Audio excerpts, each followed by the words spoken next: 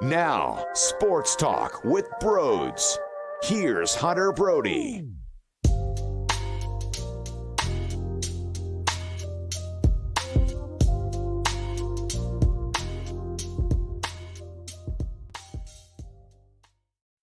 All right, welcome on into Sports Talk with Broads. Hello, everybody. I'm going to take a very similar approach that the quarterback is taking, which is a very mixed feeling. It's probably going to sound like I'm going through some positives and I'm excited about some little things that I thought were the difference in this dogfight. And when I say dogfight, I'm talking about a very sloppy game from this coaching staff, and there were a lot that bothered me. So it's like, okay, great, you're 5-0, and you don't go 5-0 in this league without handling any sort of adversity. It was tough. I thought the Eagles just won a game on the road in a spot where they generally don't win football games. Their coaching staff sucked both offensively and defensively. I didn't think Jalen Hurts was the sharpest. You're losing offensive linemen left and right. Guys are falling. Jason Kelsey, the man, the myth, the legend goes down, and that's hard in its own right. But then you factor in a Landon Dickerson. You factor in Jordan Mailata's not there. So when you see this actually happening, you know, it's like they still won. They somehow still won this game. You pick up a kicker because Jake Elliott's injured, and your kicker succeeds. Their kicker doesn't. You know, I can't lose sight of that. So while I'm going to be bothered by Jonathan Gannon, who was basically begging Kyler Murray and begging the Cardinals to have it, please. Oh, the Eagles take a three-point lead. They kick a field goal to take a lead. Please, I'll do everything that I did to show this fan base that you have questions about me. I'll do that again. I promise you I will. Like, I just don't understand this guy whatsoever. He's a fraud, and I can't stand him. And then it's like, you see what works. You see how your team should play. Yet you get afraid of a very non-explosive offense. It's not as if this Arizona Cardinals team just has explosive play after explosive play after explosive play. Yet at times, it seemed that was what he was going to have nightmares about. Big explosive plays from the Cardinals. Please, come on, dude. I just don't get it. But the tackling sucked. There are some things that I despise from the player side of it. On top of the schematics, A.J. Brown, how about that easy early drive where it looked like the Eagles were just going to easily win and dominate them? Dallas Goedert in the screen game. And then A.J. Brown, easy move downfield at will. When was A.J. Brown utilized again? When was A.J. Brown a main focus again? I'll give you the answer. Never! Even that play before the Eagles took the lead on the field goal and Jalen Hurts should have been intercepted in the end zone, A.J. Brown wasn't even in the end zone. He was a couple yards before. He's your best player. Your best player. I don't know how it happened that way. And quite frankly, it's unacceptable. I need more. Got away from the run game.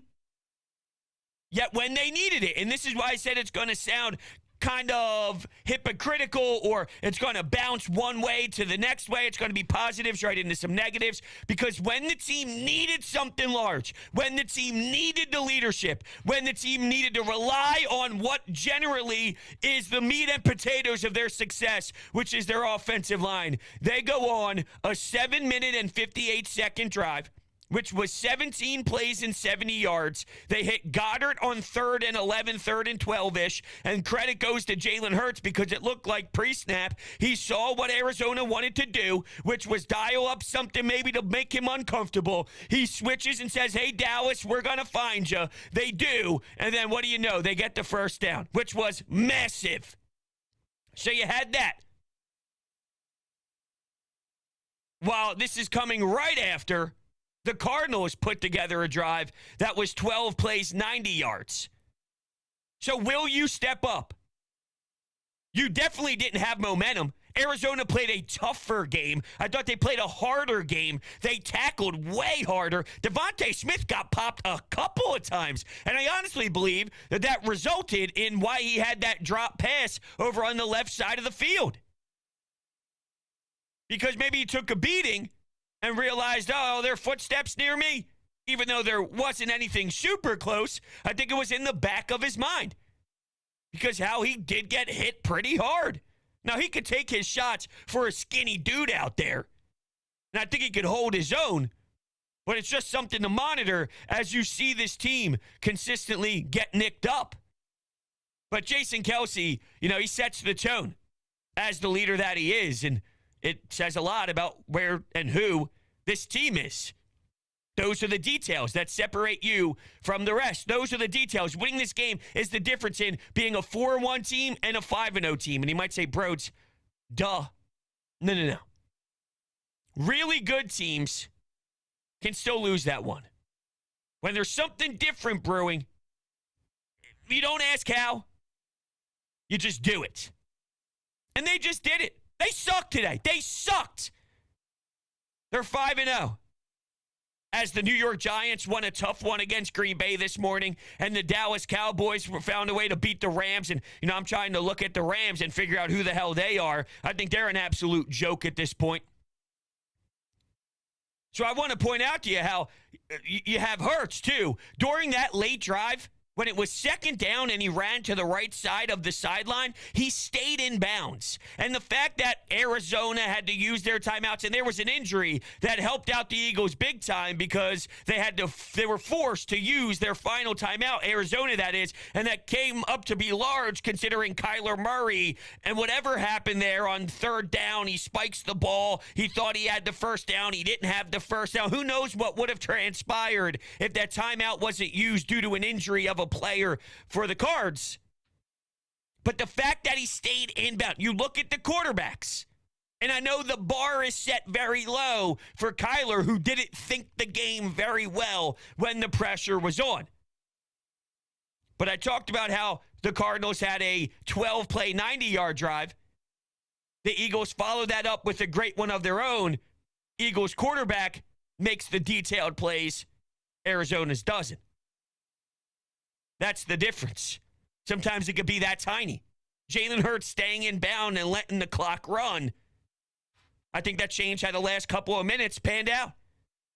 And I don't know if any other quarterbacks we had, Carson Wentz, who sucked to end the game for the Washington football team or for the Washington Commanders. Woo, I'll tell you what, him falling apart this way between him and the Mets, what a weekend for the Phils. What a weekend for the Eagles. What a weekend for us Phillies fans. And it sets up one hell of a potential week, too, as even though I'm disgusted with Major League Baseball for having a 1:07 start time. And I think the Eagles realized they must have checked or must have heard or gotten an unwritten note somehow to let them all figure out that the Phillies had a 1:07 Tuesday afternoon game. And they played like they were disappointed. They played like they were upset. They played with no pop.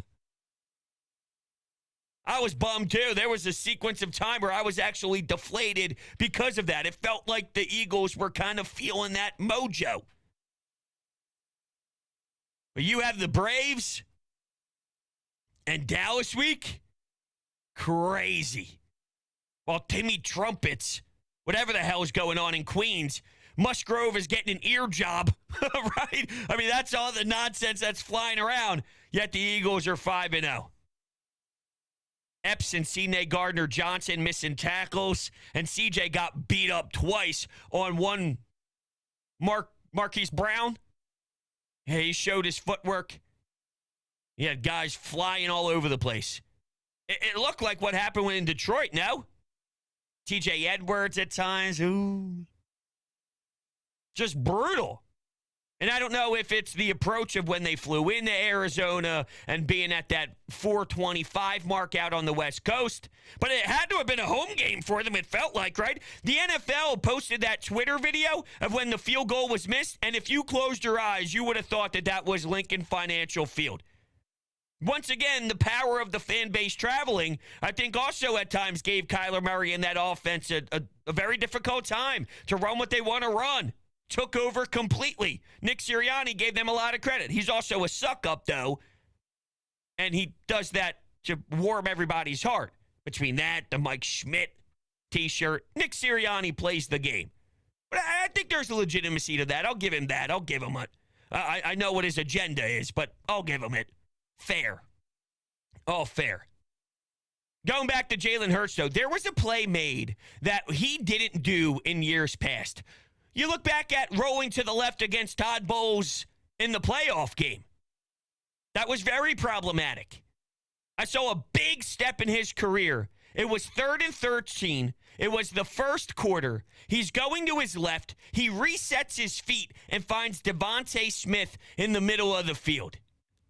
I don't think that goes down in previous stretches for him. I really don't. Whether he runs it out of bounds, whether he throws it so it's another down at the same mark, it's second down instead, or at that point it was 3rd and 13, so you would have been off the field. But let's say it was second and 13. Bear with me here.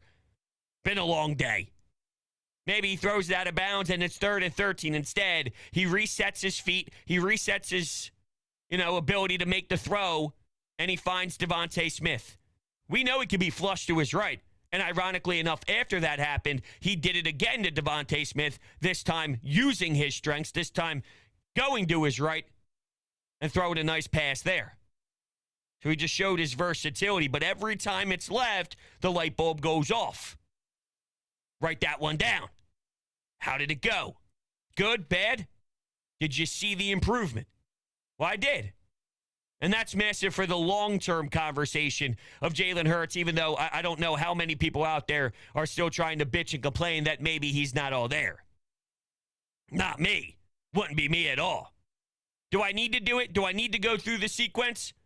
Week 1, the Lions, a ton of blitzes. Week 2, Minnesota playing very passive Jonathan Gannon style, and it got exposed. Week 3 was the 50-50 balls. Wide receiver shined. Week 4, Miles Sanders and the offensive line. On top of that, your defense excelled.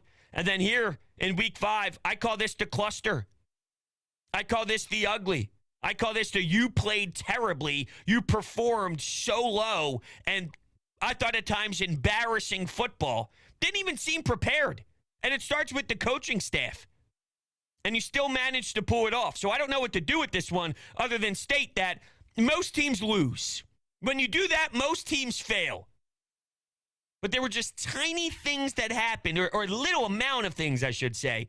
They're big in the grand scheme of stuff. That drive was tough. That was hard. That was intense. That drive to win the game and have that field goal.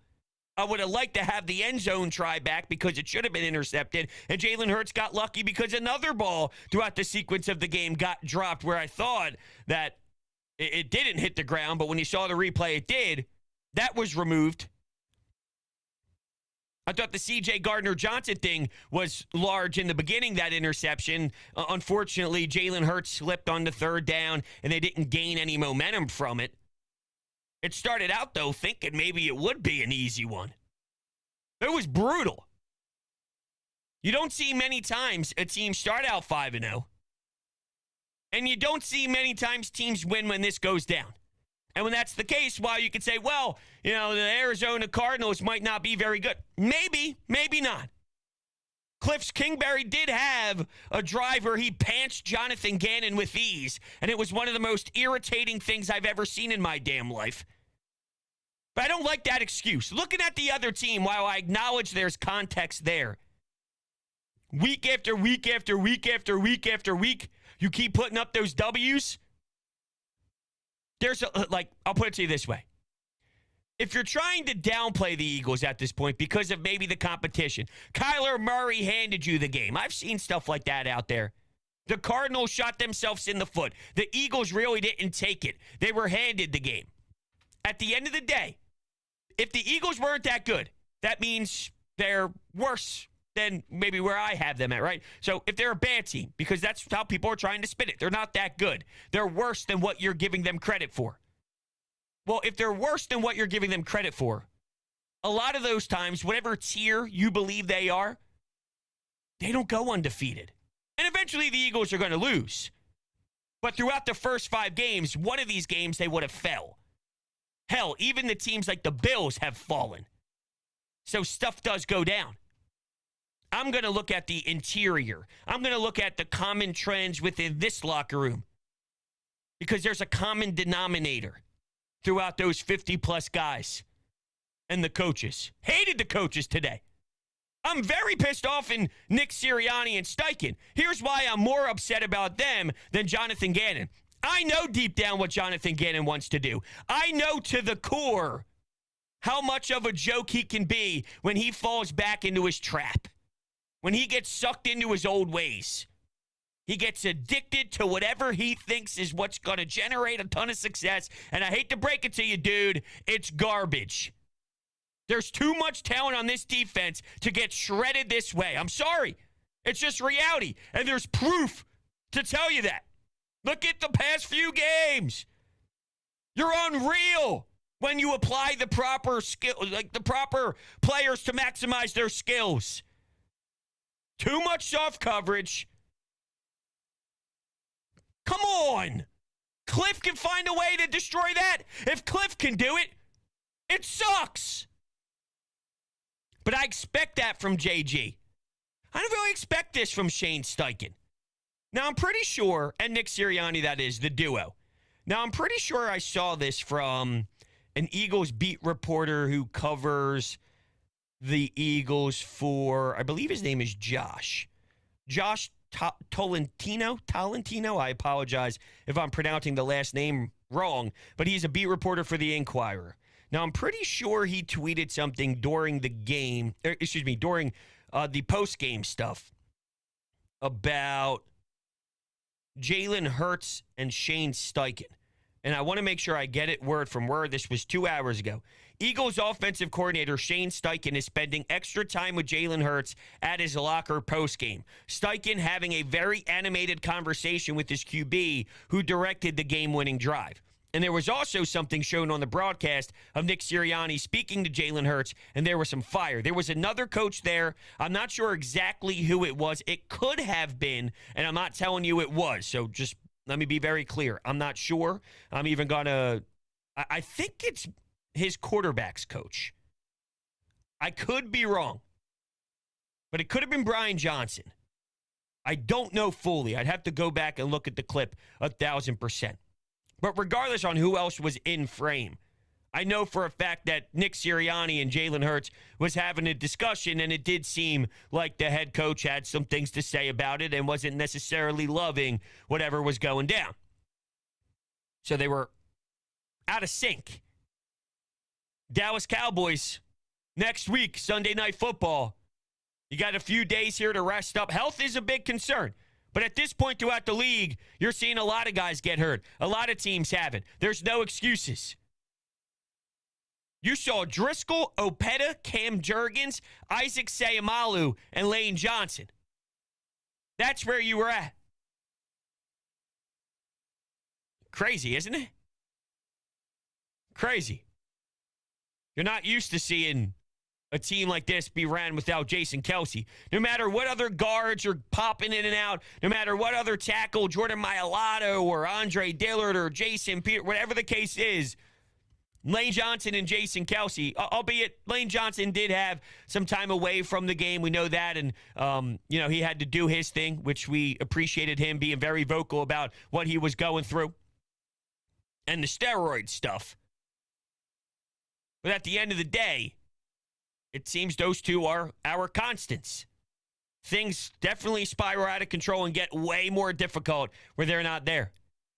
So just something else to factor, and I'm using that as somewhat of a positive note. It's not easy.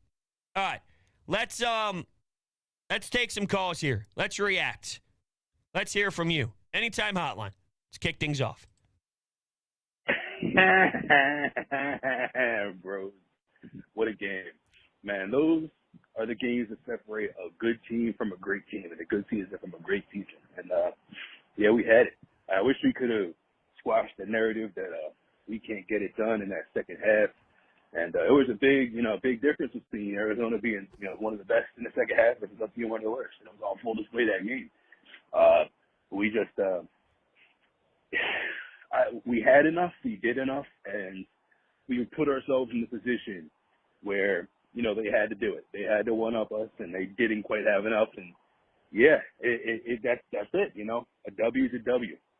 Yeah, a W is a W. In full disclosure, if this was week 1, I think it would have a different tone about it. Just being honest, right? Because let's say the Lions game happens now, and they were 4-0 in that Lions game where they look awesome, they score a ton of points, they dominate, they let their foot off the gas, but because they already showed me in multiple different ways that they know how to win, I probably don't have that same exact reaction. Now, I'll still point out the fact that JG is a joke, and I'd still point out the fact that Gannon does a lot that I just don't think is the greatest in the world. And we always ask our coaching staffs to put our players in a position to do very well. And at times, I just don't think he ever feels the need to do that. I would point it out, but it would give something different. So if this game happened week 1 and I just saw them as a 1-0 team, I'm like, well, come on, that's a bit bizarre. The squad I always normally use when talking about this is the Denver Broncos, because they have won some games this year where, okay, they got a couple wins, and I know it's really falling apart in him and Nathaniel Hackett, and it is sloppy stuff. But let's say they're 2-1, and one of those games they win 11-10. They win, but it's like, dude, come on, really? You can't sell me that. You can't tell people that that's actually a formula that you can agree upon. I think if you do that week in and week out consistently, you'll get the record you're looking for. I'm not telling you I think this is a recipe for success. My thing is, if this is flirted in there, because that stuff is inevitable with all your great wins, and this is more of the outlier, which I project this to be. And when these outliers happen, because we're human beings, if you still win, my tone is different if it falls in a week 5, because I already have more knowledge and I have more substance. Week 1, if this happens, I have so many more questions.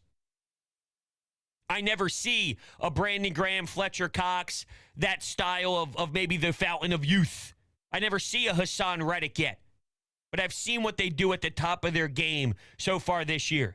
And I think that there's more in the wins that show teams can't compete more than the uglies. I got to give Josh Sweat a lot of credit. There was that trickery, the debacle they tried to pull off, and he'd stayed pretty patient there and forced them out of bounds. This was during the stage where it seemed the Eagles were just all going to ride away with it and really kick some ass, and it wouldn't be close. It wouldn't be a competition. But as the game slowed down, you can kind of feel it. I didn't think it'd go as low, though. This was the lowest I've seen the offense. This was the most out of character I've seen them. But I thought it was all self-inflicting.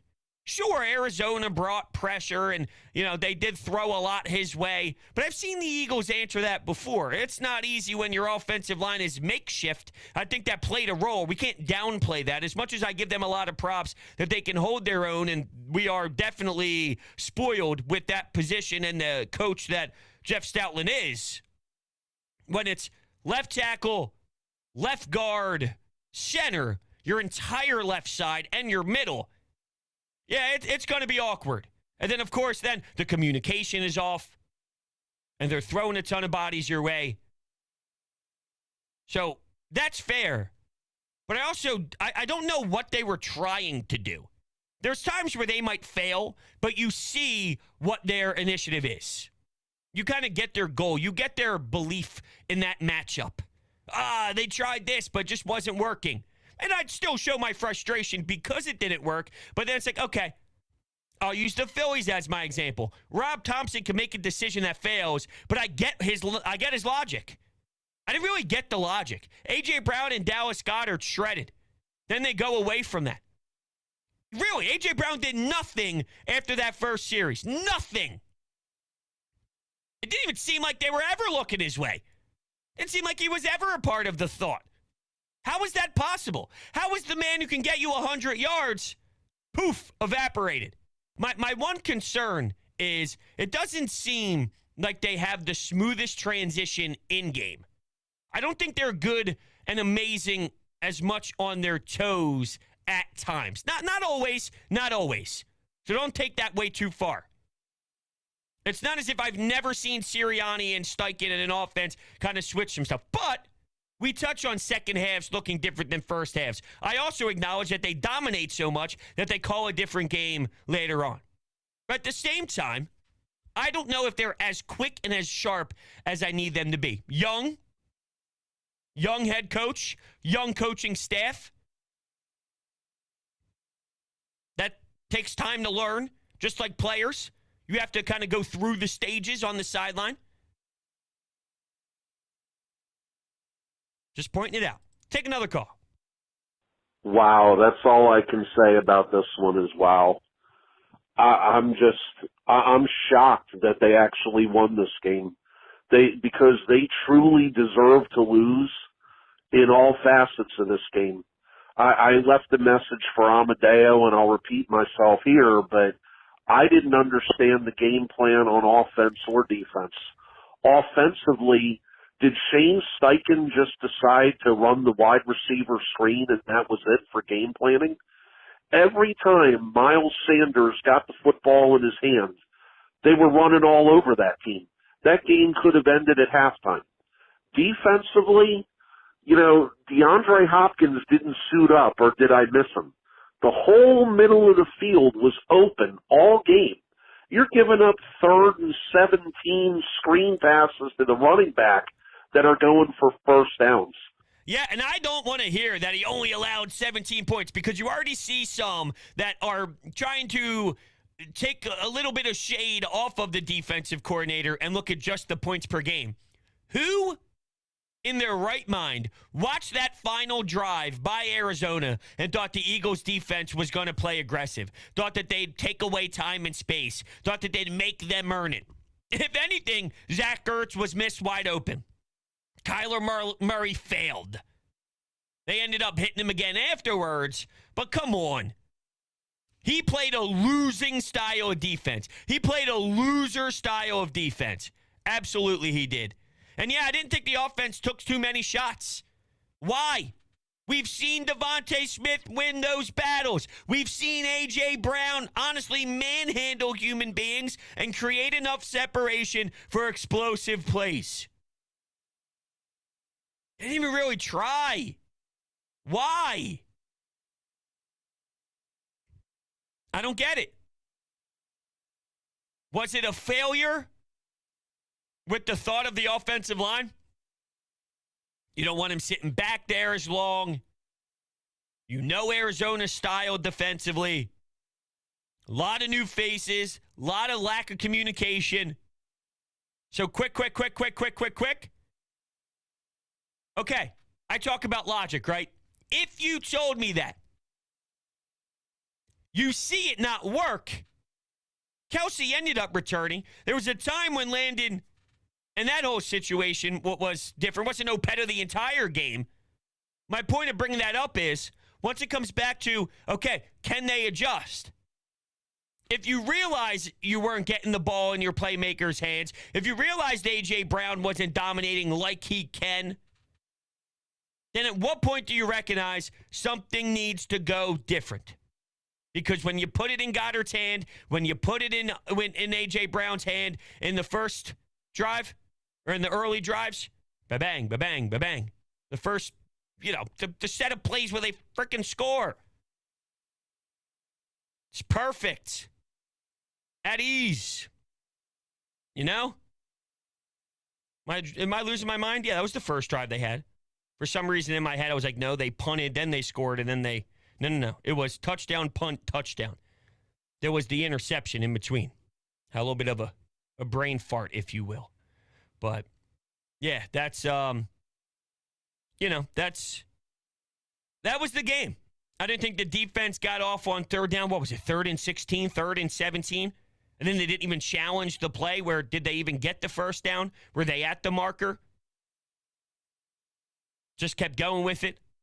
Some back-breaking third downs that were unacceptable. Why? Because Jonathan Gannon's afraid. You see what works every week. And each week's different due to the matchup. And I know Kyler Murray does a better job when it's unscripted. So if you try and force him to stay in an area instead of being loosey-goosey with it and running around and creating all sort of nonsense, that's when he normally generates the most. But you can find a better way than whatever the hell that garbage was today. Because it was way too soft. And it started to get carved up. At times they were taking over and they played tougher than you. And when that's the case, you have to kind of relate here and realize that, well, maybe it's because we're playing such a soft coverage. The soft coverage is dictating the soft style. If we played a little bit more intensely, we got up in their grill, we forced them to be uncomfortable. Then maybe it would relate to harder tackles. Less room for them to gain some steam. Less room for them to get some momentum. We stop it earlier, or the completion never happens. The middle of the field is different. Just spitballing, but what do I know? Apparently I'm an idiot. All right, everyone, thank you all so much for hanging out with me. I greatly appreciate it. It's going to be a wild week, a lot of fun. If you are new to the channel, make sure you hit that subscribe button. I love you all so much, and I will catch you on the next one.